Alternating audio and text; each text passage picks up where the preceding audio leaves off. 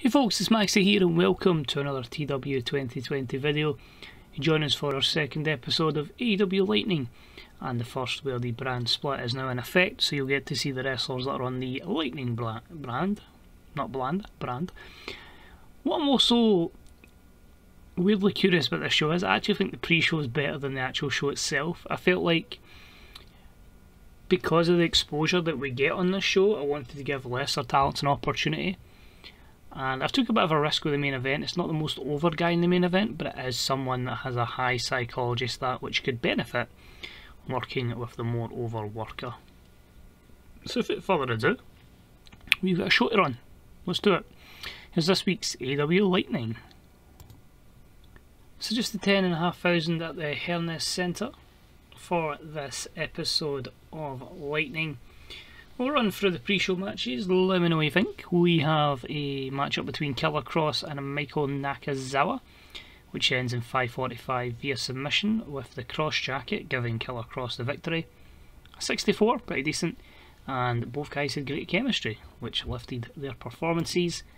We had Hikaru Shida defeat Killer Kelly in 9:47 with Majo no Ichigeki. I'm never going to pronounce that right, ever. A 44 here, a 50 plays a 29, both again having great chemistry. Not bad considering I knew none of this before the show began. We had the Prophecy take on the Tag Team Champions Proud and Powerful in a non-title contest, and Proud and Powerful picked up the win over the Prophecy in 14-19 when Ortiz pinned Brian Pillman Jr. This could main event, that's 77. Well and truly could main event, so kudos to all involved. Does the job, but Proud and Powerful pick up the win on the pre-show. Mercedes Varnado took on Yuka Sakazaki and she won in 9:30 by pinfall. A 51 here, Yuka's 26 plays Mercedes. 60-18 matchup. And our main event for the pre-show. It was a good matchup that saw Ray Phoenix defeat Kyle O'Reilly in 10:41 with the Meteora. A 74 here, probably remember made a 77, but Kyle O'Reilly's still working through his knee pain, which is up in about 13 days time. We start the show with a 91 promo with Cody, Mick Foley and AJ Styles in the ring. So this one opens up with Mick Foley and Cody in the ring. Basically they're talking about it's good to have Lightning. They talk about the need for another championship on this brand, so Darby Allin and the TNT Championship will move exclusively to Dynamite, and the AEW Live Championship will be on this particular brand. That tournament's starting tonight and will finish at the end of the year spectacular, the New Year Spectacular show, where we'll crown the champion, the winner of the 8-man tournament. AJ Styles says that's all fine and well, but he's came here to show he's still the best, and it's quite cool that Cody finds himself in a position that he can be in both shows. AJ Styles wants to prove he's still at that level and deserves to be in both shows, so he's challenged Cody to a main event matchup in tonight's show. Cody v AJ, I would quite like to see that. Anyway, that gives us a 91, so a wee bit of pressure on Cody and AJ for the main event. Of course, AJ with a big physical decline but a really high psychology stat. We'll see how that goes down. But we start off with the AEW Live Championship Tournament quarterfinals. And we have a bout that had good wrestling and a decent reaction from the crowd as Orange Cassidy defeated Jake Hager in 9:32 with a roll-up. So a 71 here, Cassidy 74 plays Hager 70. Hager dominates the matchup, Cassidy gets the upper hand, and he'll move into the semi-finals of the tournament. Well, next week we'll have our quarter-final matches, and that will see Killer Kross take on Samurai Del Sol. And he's just cutting a promo saying he will become the first AEW Live Champion, and he'll rip the mask clean off the luchador Samurai Del Sol. And our other quarterfinal from tonight was about that had a decent reaction from the crowd, but subpar wrestling, as we had Scorpio Sky defeat Matt Hardy in 9:48 with a fatal answer. So Scorpio Sky progresses to the semi-finals at 64 here. So you can already see a few people getting opportunities that maybe weren't beforehand. That's why we've had the brand split. Promo from Dr. Britt Baker, DMD. She says Mercedes is busy. She is away to a Fashion Council meeting, so she'll not be here for the matchup that's going to happen between Saraya and Diona, but she'll be the lead representative of the fashion brand, or the fashion empire. At least we know, obviously, Mercedes is here. She's the pre-show, but pretend that was on a different day. That's not on camera. So the 44 leads to Saraya defeat Diona in 8:53 with a rib cracker. Interesting finish. A 60 matchup. I just felt like if you had Mercedes there, there'd be some sort of confrontation with Saraya. The programme we're obviously working with is Tony versus Mercedes, so a good one there for Saraya. We had a promo, and it is a rap from Max Caster on QT Marshall and Austin Gunn, and it is just giving them a good opportunity. The Acclaimed have arrived. Anthony Bowens goes off script well, Max Caster didn't. I kind of forgot to put them as scripted, but good on them, a 36 there. And that tag match is next, and the Acclaimed pick up a victory in an abysmal match in 9:29 when Anthony Bowens pinned QT Marshall. So a 29, obviously we need to build all 4 workers up, but their focus is on the Acclaimed, and they've got to start somewhere to get the crowd invested in them.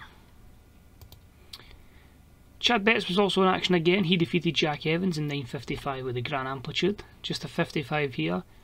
53 played a 50, but it's just a case of it's going to take a bit of time with Chad to get him to the lens that we wish to do so. We had a tag team match, and it was the Motorcycle Machine Guns that defeated the team of David Finlay Jr. and Eli Dragunov in 9:45 when Chris Sabin pinned David Finlay Jr. with the Cradle Shock. 52, I said I wanted to do something with the Guns. They're starting to pick up some victories, and the trio of, how would we describe them? Just really good wrestlers. Obviously these two and Axel Dieter Jr. not quite found their feet yet in AEW. And this leads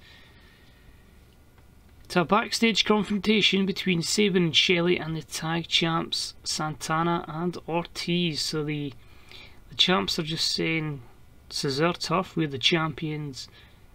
Don't get yourselves any ideas. You ain't going to be winning these belts anytime soon." So a 65, Santana and Ortiz look like stars. Sabin and Shelley not so much. Penta cuts a few words in Mexican. Mexican's not even a language, so Spanish. But apparently can speak good English in this. So just as a few words about how he's going to hurt Jon Moxley and inflict great pain on him when it gets to the New Year Spectacular. Absolutely cannot wait for that match. Penta and Moxley. We'll probably put a mad stipulation on it, like, I don't know, barbed wire or something, just something really crazy. Try and push the boundaries. But a 72 for that one. Pac is going to be on guest commentary duty, but first of all, AJ cuts some few words on Cody, saying this is his chance to prove he can still hang with all these pretenders that went to Japan after him to try and make a name for themselves. Cody was in the Japan for about 5 minutes. That was a 70. There's your Pac in color commentary to scout his opponent, obviously him and MJF, and that triple threat match with Cody for the World Championship. Pressure on AJ, pressure on Cody. Will they draw in our main event? Gonna go with 74. I don't think it'll do that well. A 78. That's not bad. Because they would have been fine with psychology because AJ is a 90, but then you take in AJ's lack of overness and you take in AJ's physical decline, a 78 is actually fairly fair. So no bit of great heat and good wrestling. Cody defeats AJ Styles in 20:58 with a beautiful disaster. 92 plays a 64. You'll see there, slow burner, so they hopefully didn't fatigue AJ, but you'll see here, declining physical ability, and obviously it's sitting quite highly. No stamina issues, which is good though, so that's still quite high. But Cody picks up the win, and the 79 means we lose Pop in the US and Canada, but we do gain Pop the rest of the world. So we took a risk, but it just shows you as well how badly I rely on that 100 rated opening segment.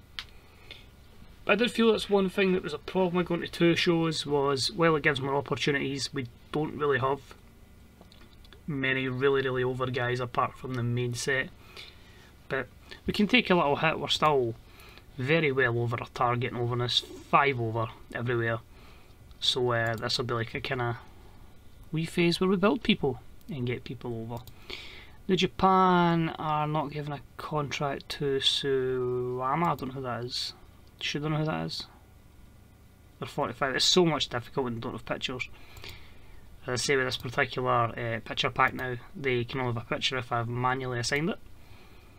Impact have made an offer to Ali. Is that going to be handshake deal, or are we going to have to attack it? Handshake, that's fine. Yeah, you can go. I don't mind that. And drug test, 6,000 lightning. The 2.81. One last thing I would like to cover, because I don't know if I have before, is we have our own alliance now. We have the Forbidden Door. I've made it like 6 months probably after this happened, IRL. So obviously we don't have the biggest amount of companies in this because of the type of mod it is, so there was not too many to bring in. You can see that's all the companies that aren't in our alliance. It's a very light mod, which it was at the time. So obviously most of them are already in alliances already. So we managed to at least bring in Impact, NWA, PWG and Pro Wrestling Noah. New Japan have got there, so we couldn't do anything with them, and the same with obviously Ring of Honor being in that. So it means we'll try and bring some of these people in, although to be fair, half of Impact is pretty much already on a roster anyway, so it's there. And the fact that he's the main guy in there just shows how all this save's been, because he certainly will not be featuring in this company at any point at any time. But we won't end on a sour note, we'll end on a positive. As I say, it was a good episode. I'm happy, as I say, even though there was a little bit of pop loss, we do get some people over, and we are starting to get towards that to a card. So it'll be another episode of Dynamite coming up, and then your following episode of Lightning will have the other quarterfinals of the AEW Live tournament, with a champion to be determined at the New Year Spectacular. So thanks for watching, good day and good night, take it easy, I'll see you next time, bye bye.